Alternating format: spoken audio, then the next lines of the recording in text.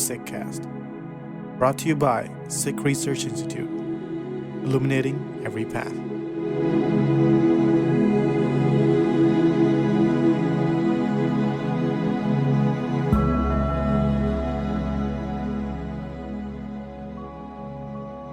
Waheguru Ji Ka Khalsa, Waheguru Ji Ki Fateh. My name is Jasleen Kaur. I'm a research associate here at Sikh. Thank you for joining us for another episode of the Sidak Impact podcast series. I'm joined here today by Navnit Kaur. Good Fateh. Waheguru Ji Ka Khalsa, Waheguru Ji Ki Fateh. Thank you for joining us. I'm so excited to get into it with you. I wanted to just start off for our listeners with just like kind of a brief intro to who you are. Tell us a bit about yourself, where you're from, and why you decided to come to Sidak. Yeah, sure. Thanks for having me. And so my name is Navnit Kaur. I'm from Switzerland, and I'm currently doing a PhD in molecular biology. So maybe as my background, so I grew up here with my sisters in Switzerland, and the community here is kind of small. So my sangat was always my family from the beginning. So, and I think that's also how I connected with Sikh really early on, because I was really looking for resources and, kind of figuring out where I am in my Sikhi, what does it mean? So I think I found Sikh, and then I was following it for years. And then I knew about Sidak, quite a while ago. I always saw it, and then, I said, oh, that sounds actually cool, but maybe it's not for me, maybe I'm not ready, I always have that in my mind. But I think last year when I joined, something shifted, because I kind of felt stuck in my journey. And I always thought, okay, that means I'm not ready. But I still had the feeling of, okay, I want to connect. I have this longing.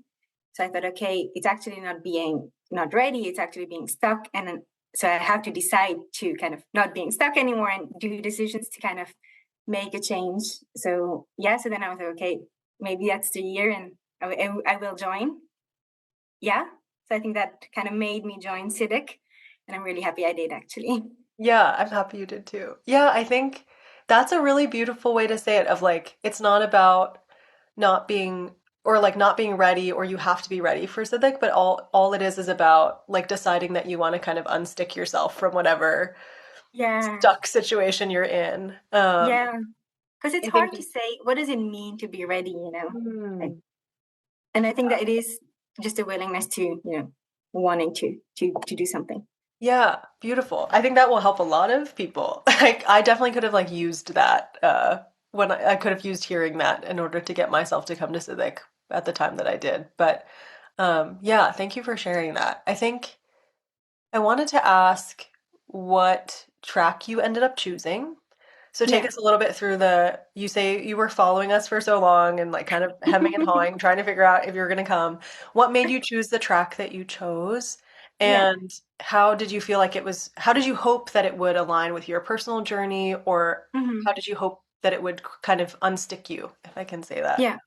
So I think, it was a thing, okay, I'm going to apply, and then, I was like, okay, I have to choose which track, it's again a whole thing. So I was a little overwhelmed by the readings from Gurmat-centered 201. No, Sikhi 201, actually. I was like, okay, it already says it readings, and I don't know if I'm ready for it. So it was for me more, is it Sikhi 101 or Gurmat 101? Because I wanted to kind of, it sounds more, not easier, but it sounds more approachable. And then I was a little reflecting while I was also writing the application, kind of, okay, where do I stand? What is my journey?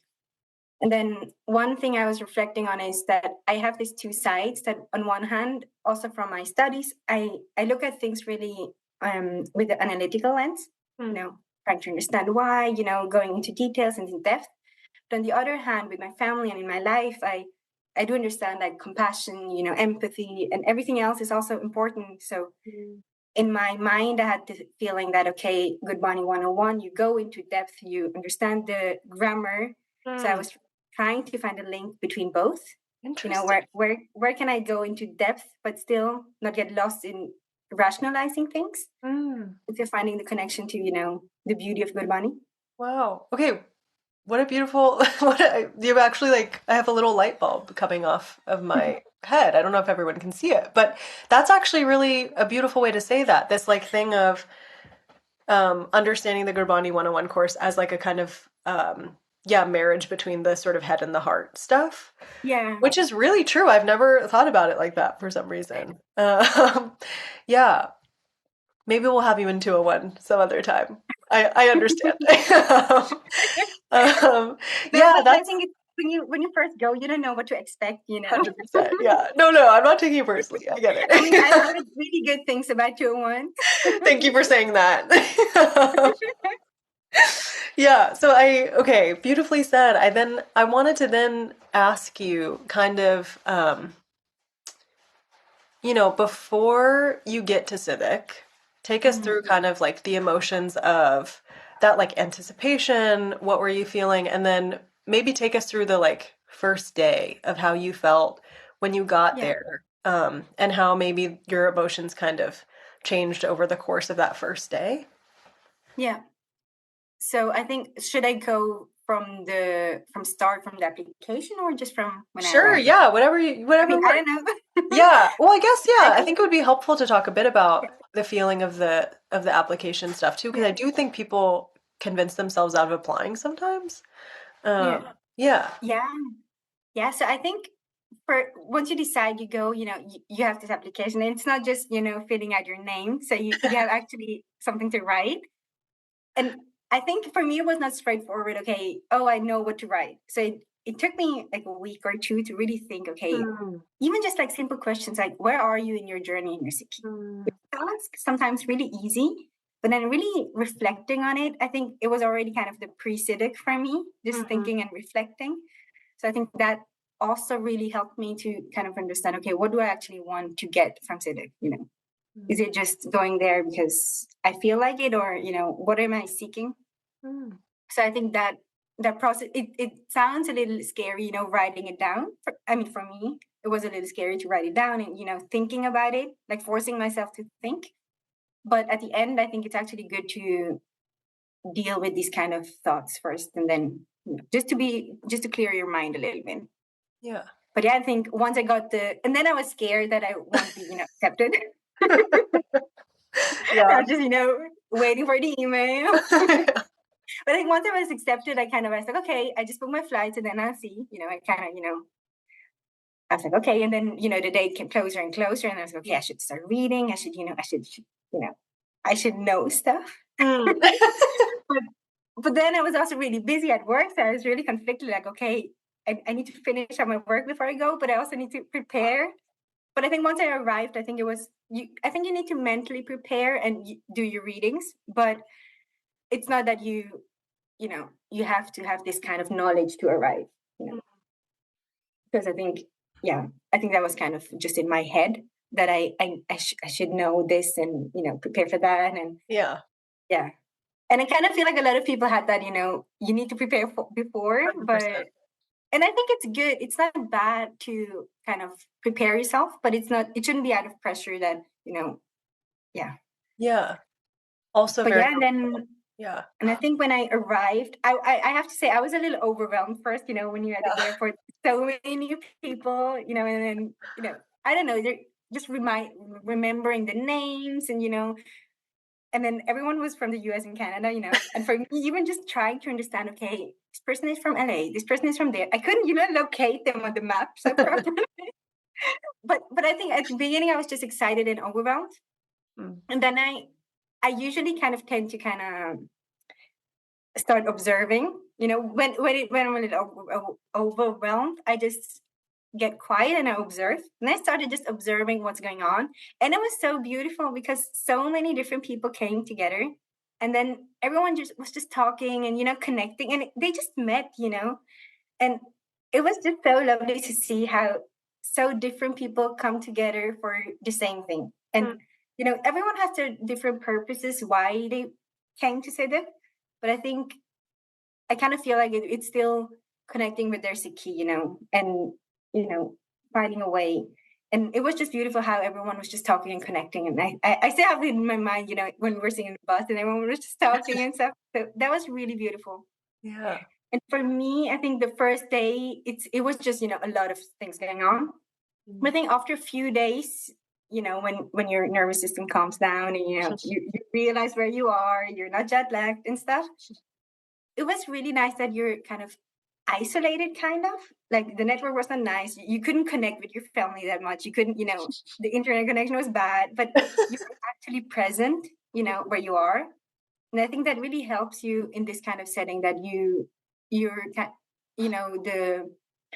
the tracks and also, the reflections in the morning and evening, they kind of make you think about, they make you reflect on topics that you usually wouldn't maybe. Yeah. But because you can't distract yourself, you kind of really make yourself, reflect, which I think is really nice because nowadays it's really hard to find quiet moments. And because you're so disconnected, you had so many quiet moments where you can just, think and reflect on your life as well. Yeah. Okay, what a comprehensive answer. Really good. Yeah, because this is interesting because in the last episode with a group, he was like said something similar where it was like at first it took him quite a bit of time to kind of like settle into okay, I'm surrounded by like 64 people I don't know and that's okay. Like this feeling will go and it just takes a little bit of time. But I think you're right, the kind of, especially, I thought about this a lot, like from the sort of perspective of, like, the age range there is 18 to 39. Like, these are adults. And I don't think I've seen such a situation where there's so many, like, adults being so open to, like, talking to each other and getting to know each other outside of, like, maybe like a networking event or something. You know what I mean? And so there is something kind of like, beautiful about the sort of innocent, like, where are you from? And this is what you can know about me. And like, maybe we'll connect and maybe we can, become really close over this 2 weeks. But it never feels forced. I think people kind of find their niches within the group. So that's really well said. And I also have that image in my head of everyone talking. I wanted to ask you a bit more about the people too. Like, how did you feel, like the environment once your nervous system settled, which is really a true thing. How did the environment and the people there contribute to the experience that you had and the connections that you built, even beyond just those 2 weeks? Yeah. So I think that's also something I was a little scared of before going because I was never exposed to different kinds of sangat, and then I was like, okay, there will be people, and it's also promoted that different kind of people come together, and I was like, okay, I don't know how to deal with it, and I don't want to deal, I don't know what to do if I just didn't know what to expect, and it was kind of interesting that it works out so well, that you even though you're so different, we're kind of all so similar, right? And we find it's so funny that you always find something, that you connect with, connect something that you can connect with someone. Yeah, so I think you just have to have like an open mind, kind of, removing everything, kind of all the judgment and stuff you have, even if sometimes it's not even conscious, you have that so unconsciously in yourself that you just try to remove that. And then once you do that, it's just so nice to have the opportunity to talk to so many different people. Like I would have never met all of these people, right? Or never crossed paths with them. So it was such a good opportunity also to understand, okay, where do they come from? What do they do? Or how do they understand Sikh? So I think that was really beautiful. And then what was the other part? I guess building connections outside but beyond Sidak. Yeah. So I think I have a little disadvantage here because I'm so alone here. But I think even so, for me it's two parts. One of the things I take with me is the memories and emotions I had with these people, even though they're not with me right now. But I still remember, conversations I had, and kind of come back to that. So they're still kind of with me, even though they're not. And on the other hand, it's so nice that, it's not something you connect with someone every day, but sometimes when you struggle with something or you have something to discuss, you have people you can reach out to, Yeah. who you know are open to, open and don't judge you and are open to understand, and you can have these discussions with, So I think that is really valuable, that you find sangat where you can reach out, Yeah. reach out to. Yeah. Yeah, that's Hope actually, that makes sense. no, it does make sense. And I am so moved by the idea that like recalling memories of interactions you had is a way to like still engage in that sangat. That's like so Yeah. beautiful. Yeah, I think that I really resonate with that.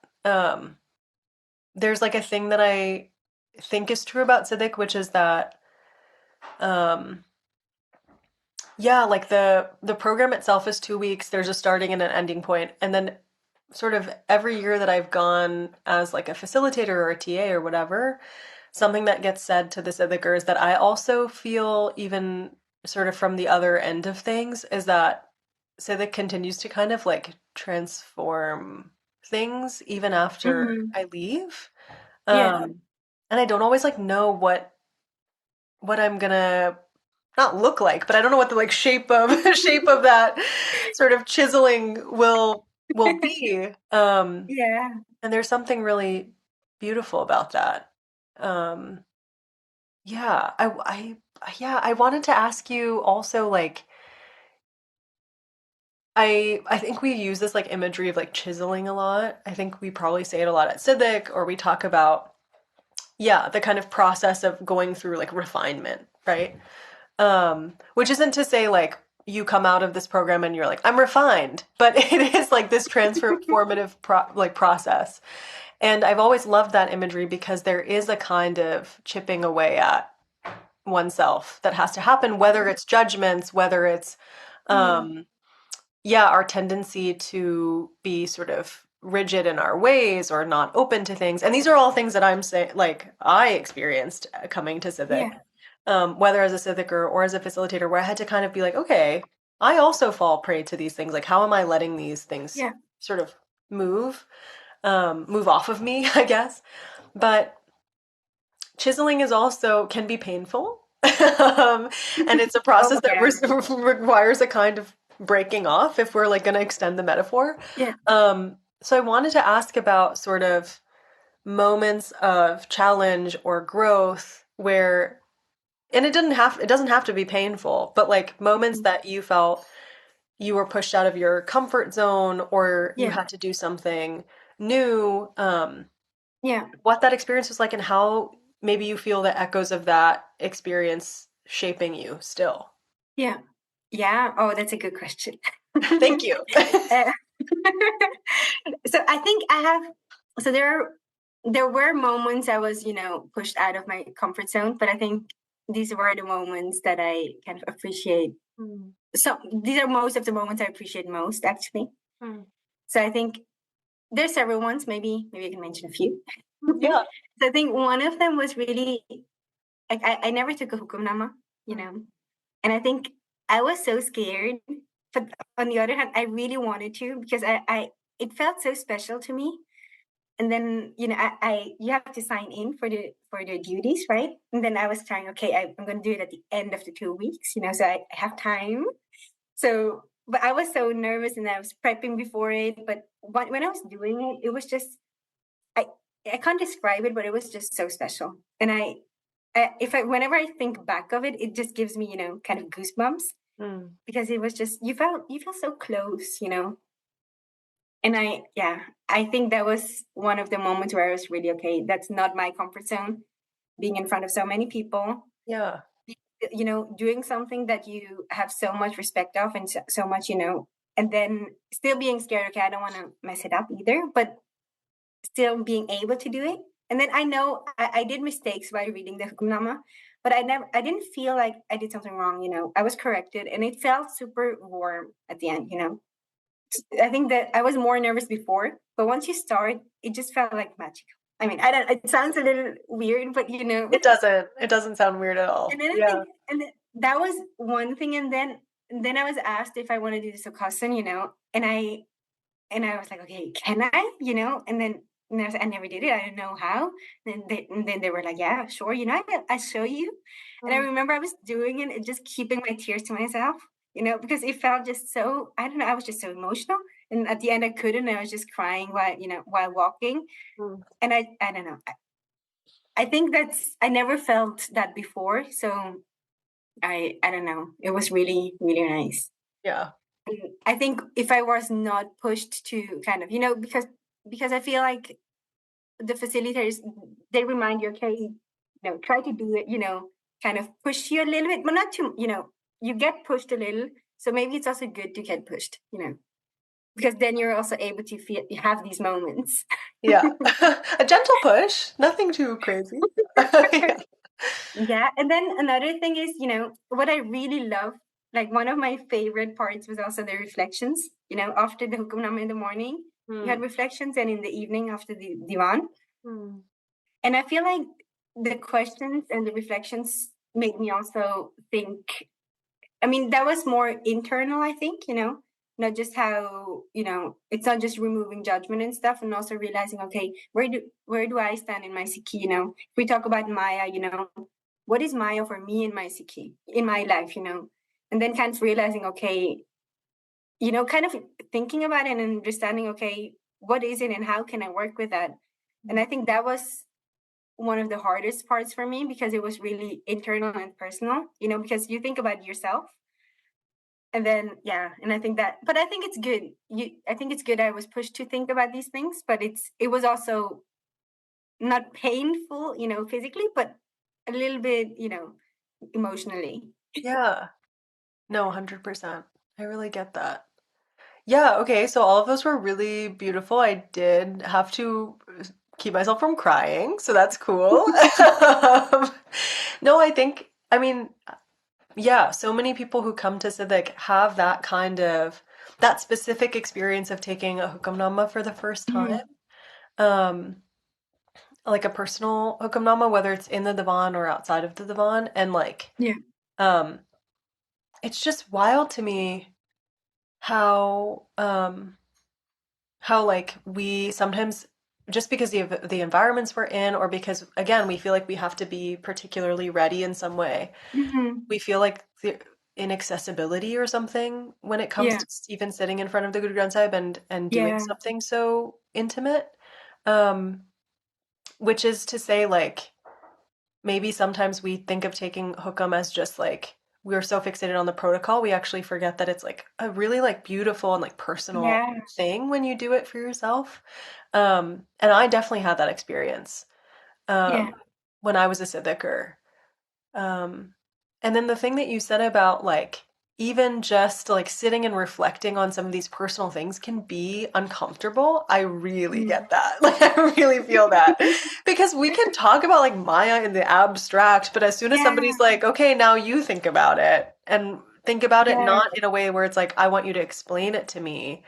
But to really like reflect on those things, I don't think we get that many opportunities to. And also it's like what you said at the beginning of our conversation, that like there's so much noise now. I could like sit and, sort of brain rot and scroll forever and never have to have thought about any of that stuff. But yeah, being in that environment and being kind of pushed to actually dive into our own sort of self understanding a little bit more. Yeah, I find that uncomfortable too, and like also so necessary. So thanks for sharing those. But I think I think it's hard to share in general these kind of thoughts with people. But I think you're still in this environment where you can. So I feel like, I was able to share these things with people, and I think once I was just reflecting on the hukum, and then I was talking with someone else, and then it was kind of, I don't know, it was really weird. We both had the same feeling about something, and then I don't know, we connected over it so much, but if we wouldn't have talked, we wouldn't have known the other person has also these thoughts, So it's, it's kind of nice to see. Yeah, and I found it really, it was one of the moments where like, okay, that's really magical. We're both thinking the same, we're both feeling the same thing actually, because of different things. Yeah.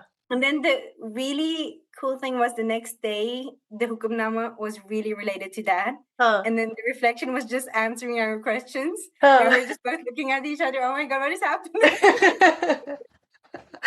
Yeah, Yeah. that's great. Yeah. No, that's beautiful. Thanks for sharing that, Navneet. Well, I guess this kind of segues into that because you have essentially shared many memorable moments. Yeah. But is there maybe something, yeah, and I won't limit you to inside or outside the classroom. Is there any other is there any other sort of memory that really stands out to you, whether that's like a discussion or activity or something um, that happened in your sessions Yeah. for Gurbani 101, anything like that? Yeah, I think one thing, I don't remember in which setting it was, if it was in Gurmani 101 or if it was in one of the reflections. One of the facilitators said something that really stuck with me. So I come back to it all the time. And it was, that we gather so much information to understand, but sometimes we can't understand everything, but we have to trust. I don't know if I phrased it, exactly how this person did, but it kind of really stuck with me that I do want to understand and I want to do this effort, but I also need to have this trust, and it kind of takes away so much weight, from me that, it's okay if I sometimes don't understand. It's also okay if I just trust, and I really like that feeling. So I come back to it over and over again. Which, like, honestly, really goes back to the thing that you were saying at the very beginning of the conversation of this, like, play that you experience. Well, we all experience, but that, like, thing between, like, thinking or being analytical and being sort of abandoning the need to know or the need to analyze. So I think that's really beautiful that that's also, like, that was, like, your framework for why you decided to come. So that's so cool. It really works out well. Yeah, I think I don't want to ask you too many questions that are like how is the time management? But I will say I have never taken Gurbani 101. I do know that it is challenging. So so maybe you can talk a bit about how you navigated that as like an individual Sidaker, and also I think I saw a lot of like collaboration happening between people in your track. So maybe you can dwell a bit on that in case people are thinking about it and are intimidated. Yeah, I think the first few days were fine. And I was like, okay, I'm following. I taking my notes, everything's going well. But suddenly there was so much. What is just simple A grammar gerund. stuff. Yeah. Subjunctive. Yeah. Like, what is an adjective? Yes. And stuff like that. And then I was like, okay, I have to come back to my English grammar, and then kind of translate that to the good morning grammar. So there I was a little overwhelmed, but they were understanding. If you don't get it, so we had a lot of charts where you could kind of peek and okay, an adjective is this and that, just basic stuff you learn in school and kind of forget. I was like, okay. And also I think everyone was feeling kind of the same way. So, we also got homework, for the next day. So we started doing it together, So that was actually really nice. I think once we even went to the whiteboard and, wrote the Gurbani Tuk, and then we were like, okay, what is the noun? And what is this? And then we kind of tried to make sense of the whole Tuk, which was really nice. It was kind of, we were trying to do it without, being in class and kind of understanding the homework ourselves. Yeah, that kind of helped to also be less overwhelmed. Yeah. Because it is challenging, but it's also, the purpose is not just to get all the grammar in the 2 weeks, because you can't, right? I think the purpose is also just understanding some things. Like for me, it was like, okay, I want to understand some of the parts and then kind of know, okay, where do I go back to when I have questions? What are the resources? Where can I look stuff up? So I think that is kind of one thing. And then also that, for me, it was also just understanding, okay, grammar has so much impact on how we understand things. It changes kind of the whole, meaning sometimes. So that was actually also cool. And we had at the end, we had a presentation about one of the Bonnies. like a group of 3, and I think that was really cool because you kind of got to discuss the Barney, and then at the end you also kind of had to say what your personal relationship to it is, and I think that was cool because then you could reflect on it again and kind of share, because sometimes it's nice to share if have stuff to share. Yeah. Yeah, so that was actually also nice. Yeah. But I think it's not, you don't need to know, you don't need to be a grammar person to do Gurmani 101, So I think that was, first I was like, okay, I don't know, I don't know the grammar of English so well, so how am I going to do that? But you just quickly look it up and then you can ask, and I think there's always someone who helps you, with the homework or even in class, and if we don't get it, the class was slower, so I think it's really not that there's any pressure or anything. So yeah. I think that will be very helpful for a lot of people, that breakdown. I mean, I'm always like really, I don't know, moved by the way that I see the Gurbani 101 students really like rally around each other during that 2 weeks. Yeah. And you're doing like working sessions and everybody's kind of, there's people at a whiteboard breaking down grammar. It's really nice. I really appreciate that. Yeah. I'm trying to think if there's anything else I want to ask you. I mean, I guess we can kind of start to slowly and elegantly move into the closing, which is, yeah, like, what would you say? I know that we've kind of alluded to it, but like there are a lot of nerves, even in the sort of application process, or like that kind of back and forth we do with ourselves of like, am I ready? Am I not? What do I need to know before I go, etc. Yeah. What would you say to somebody who maybe like has the tab open on their computer somewhere buried amongst like 100 other tabs, and they're considering applying, but they're not really sure, or they're maybe convincing themselves that it's not the time? What would you say to them? I think there's nothing to lose, there's really, you can't lose anything. So I think there's nothing to lose. Yeah. No, I mean, like, really powerful and really succinct. Yeah. And I think, I think sometimes we get into our own head, and and we think, and I think it's really, I knew, it's also promoted as really inclusive, and, but it is, it's not just, when you're there, you feel that, okay, I can ask critical questions, and I can say, okay, I don't understand this, or why do we do this? And I think that's really important to kind of also get, I think questioning stuff is not wrong, and wanting to understand stuff is not wrong, because it helps us go through this, kind of sometimes a hurdle, and kind of helps us go further, how do you say that? Go up, jump the hurdle? Kind of past this. Yeah, exactly. I'm like, I don't know, I've never done a hurdle jump. Yes. No, I think that's really well said. And it's really a safe space where you can just, clear your mind and figure stuff out.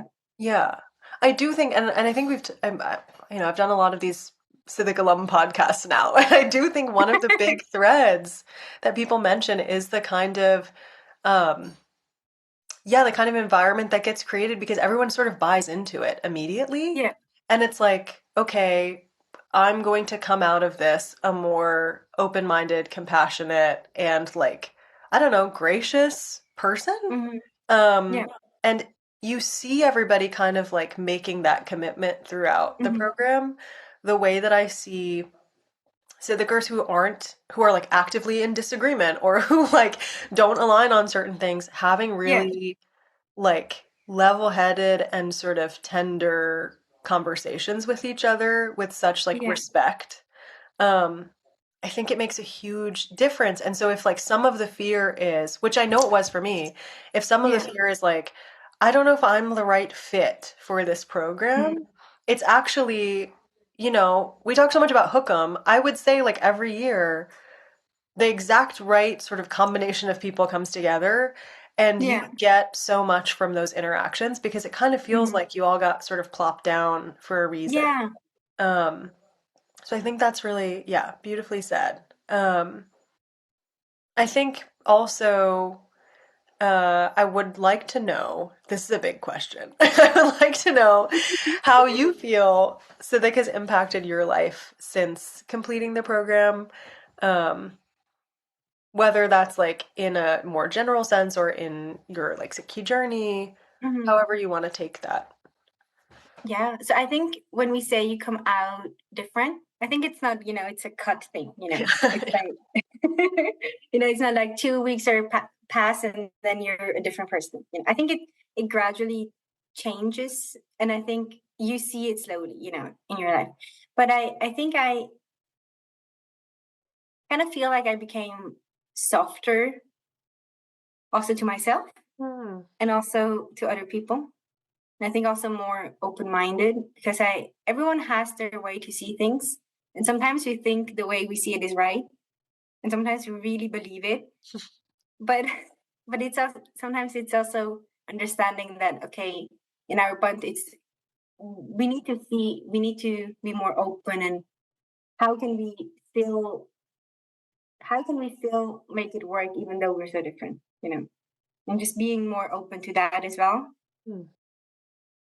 The big questions in my life that I don't have the answers for, and having faith that I will have the answers for it one day, or if not, it's also okay, So I think these are the things I come back to, and I think these are the things that I change my kind of daily life a little bit, and also how I deal with my life, Yeah.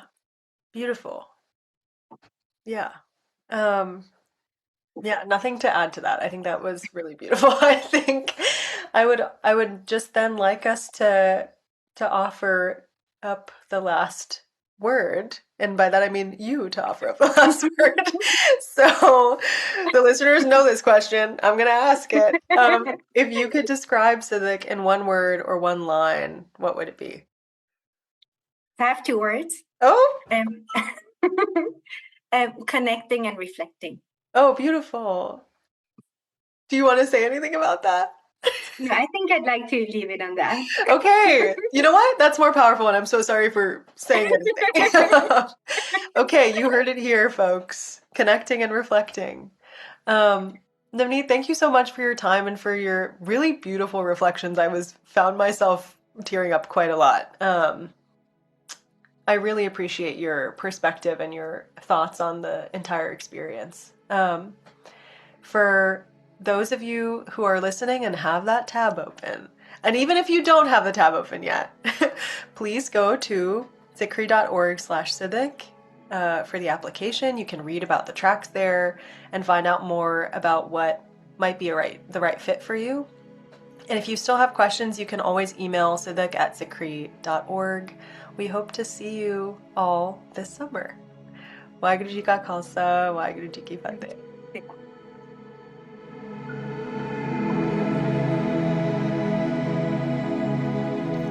Sidak is a transformative leadership development program for young Sikh adults aged 18 to 39.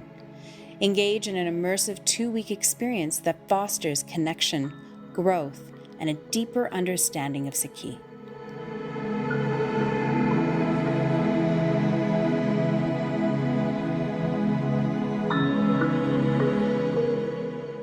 You were listening to Sickcast by Sikh Research Institute, illuminating every path.